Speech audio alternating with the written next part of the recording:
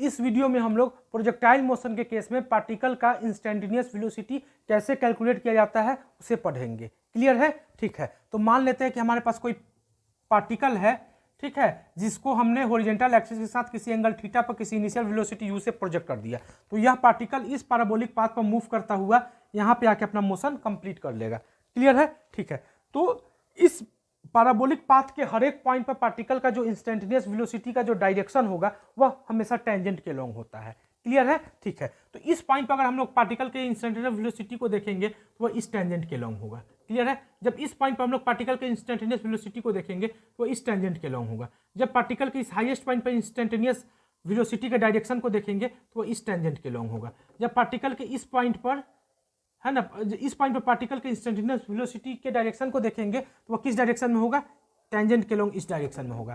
Clear है? जब हम लोग इस पॉइंट पर पार्टिकल के इंस्टेंटेनियस वेलोसिटी के डायरेक्शन को देखेंगे तो टेंजेंट के लॉन्ग इस डायरेक्शन में होगा। क्लियर है? ठीक है। यानी कि अपने पॉइंट ऑफ प्रोजेक्शन से अपने इंड जहां पे मोशन को कर रहा है वहां तक का जो यह पैराबोलिक पाथ है, इस पैराबोलिक पाथ के हर एक पॉइंट पर पार्टिकल के जो वेलोसिटी होगा वह उसका जो डायरेक्शन होगा वह हमेशा किधर होगा? टेंजेंट के लॉन्ग ही होगा। क्लियर है?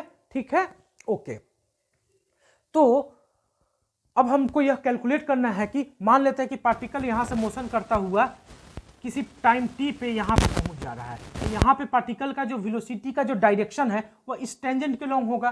क्लियर है? इस टेंजेंट के लॉन्ग होगा। क्लियर है? लेकिन यह होगा कितना, अब इसे हम लोगों को इस वीडियो में कैलकुलेट करना है। क्लियर है? ठीक है। तो मान लेते हैं कि यहाँ पे पार्टिकल का जो इंस्टेंटेनियस वेलोसिटी है वह v है। वह कितना है? v है। यहाँ पे पार्टिकल का स्टार्टिंग पॉइंट पे इंस्टेंटेनियस वेलोसिटी कितना है? u है। क्लियर है? और यहाँ पे हम लोग कितना मान लिए? v मान लिए। तो हमें इस v के वैल्यू को कैलकुलेट करना है। क्लियर है? कैसे कैलकुलेट करेंगे? तो इस v को दो पार्ट में ब्रेक करेंगे। पहला पार्ट हॉरिजॉन्टल डायरेक्शन में, हॉरिजॉन्टल डायरेक्शन में जो वेलोसिटी होता है उसको हम लोग क्या बोलते हैं? vx बोलेंगे। यानी कि x एक्सिस के पैरेलल जो वेलोसिटी है उसे हमने क्या बोला? vx बोला। क्लियर है? और दूसरा हम लोग वर्टिकल डायरेक्शन में वेलोसिटी को ब्रेक करेंगे। ठीक है? और इस वर्टिकल डायरेक्शन में जो वेलोसिटी है उसे हमने क्या बोला? vy बोला। यानी y एक्सिस के पैरेलली वर्टिकली नीचे जो वेलोसिटी है पार्टिकल का वह कितना है? vy है। क्लियर है? ठीक है। क्लियर है? ठीक है। यानी कि हमें vx का वैल्यू और इस vy का वैल्यू कैलकुलेट करना है। कैसे कैलकुलेट करेंगे? तो हम लोग यह पढ़े हैं कि प्रोजेक्टाइल मोशन के केस में पार्टिकल के मोशन को दो पार्ट में ब्रेक किया जा सकता है, एक हॉरिजॉन्टल डायरेक्ट मोशन के लिए और एक वर्टिकल मोशन के लिए। क्लियर है? तो यहाँ पे हम लोग दो पार्ट में ब्रेक कर देते, इस पार्टिकल के प्रोजेक्टाइल मोशन को दो पार्ट में ब्रेक कर देते हैं और vx को और vy को आसानी से कैलकुलेट कर लेंगे। क्लियर है? कैसे? तो मान लेते हैं कि यहाँ पर जो पार्टिकल है किसी न किसी टाइम t में पहुंचेगा। मान लीजिए कितना टाइम में पार्टिकल पहुंच रहा है? t टाइम में पहुंच रहा है। क्लियर है? ठीक है। तो t टाइम में पार्टिकल का जो वेलोसिटी होगा वह किस डायरेक्शन में होगा वह तो हमें पता है, लेकिन होगा कितना उसे हमें कैलकुलेट करना है। क्लियर है? ठीक है।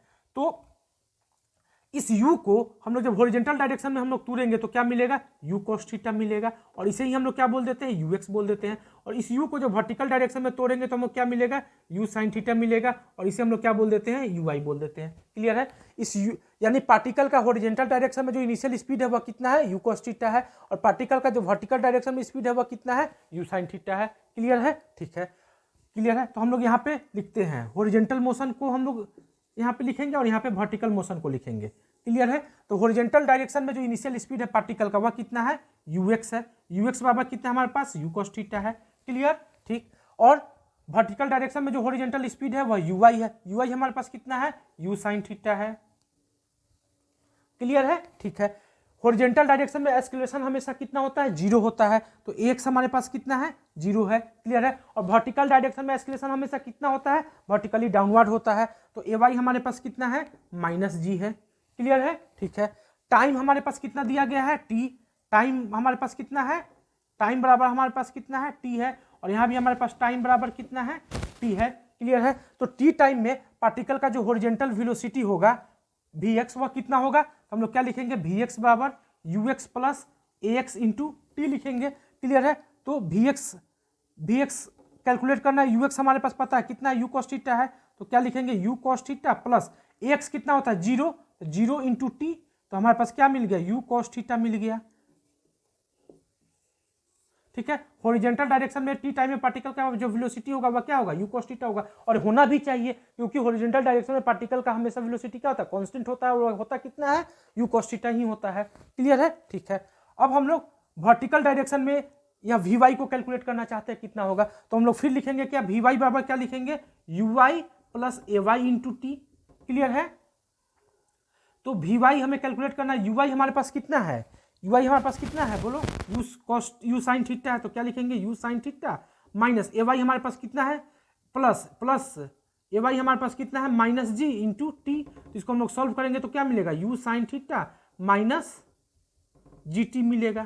क्लियर है, तो वी वाई हमें पता चल गया यहाँ पे कितना होगा। क्लियर है, तो इस भी को आसानी से अब हम लोग ब्रेक कर देंगे, सॉरी इस भी को अब हम लोग आसानी से कैलकुलेट कर लेंगे। क्लियर है, कैसे, क्योंकि हम लोग भी बराबर क्या लिखेंगे, इसलिए भी बराबर जो होगा वह क्या होगा, एक्स डायरेक्शन में कंपोनेंट कितना है, वी एक्स है, एक्स डायरेक्शन में हमने कंपोनेंट क्या माना, वी एक्स माना है, तो वी एक्स आई कैप लिखेंगे, प्लस वाई डायरेक्शन में जो कंपोनेंट माना है वह कितना, वी वाई माना है, तो हम लोग क्या लिखेंगे, चूंकि वर्टिकली डाउनवर्ड है तो हम लोग यहाँ पे क्या लिखेंगे, माइनस वी वाई लिखेंगे। क्लियर है, V Y J cap. Clear, ठीक, तो वी एक्स के जगह पे हम लोग कैलकुलेट कर लिए, कितना हमारे पास, यू कॉस थीटा है, कितना है हमारे पास, यू कॉस थीटा है, U cos theta into I cap, minus V Y हमारे पास कितना है, U sine theta minus G T into J cap. Clear है, तो यह वी वेक्टर हमें पता चल गया कितना होगा। क्लियर है, यानी इस पॉइंट पर जो पार्टिकल का जो वेलोसिटी है वह कितना होगा हमें पता चल गया, इस इक्वेशन से आसानी से अब हम लोग कैलकुलेट कर लेंगे। क्लियर, ठीक है, अब हम लोग इसका डायरेक्शन भी कैलकुलेट कर लेंगे। अच्छा ठीक है, अब हम लोग यह भी कैलकुलेट कर सकते हैं कि अब जो टेंजेंट के लॉन्ग वेलोसिटी हमको यहाँ पे जो वेलोसिटी मिल रहा है वह हॉरिजॉन्टल डायरेक्शन के साथ कितना एंगल पे इंक्लाइंड है, तो हम लोग यहाँ एंगल मान लेते हैं कि अल्फा है, यह एंगल कितना मान लेते हैं, अल्फा है, तो tan अल्फा बराबर हम लोग क्या लिखेंगे, वी वाई माइनस बटा वी एक्स। क्लियर है, वी वाई बटा वी एक्स लिखेंगे, और वी वाई हमारे पास कितना है, देखो यहाँ पे you sine theta minus G T upon क्या लिखेंगे, अपॉन यू एक्स हमारे पास कितना है, यू कॉस थीटा है into upon you cos theta. Clear, clear है, ठीक है, तो आसानी से हम लोग यह एंगल अल्फा भी कैलकुलेट कर सकते हैं।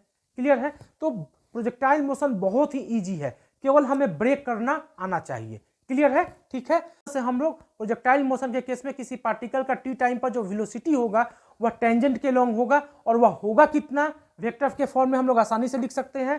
क्लियर है, और यहाँ से इसका मैग्नीट्यूड भी कैलकुलेट कर सकते हैं, और इसका डायरेक्शन भी हम लोग आसानी से कैलकुलेट कर सकते हैं। क्लियर है, तो इस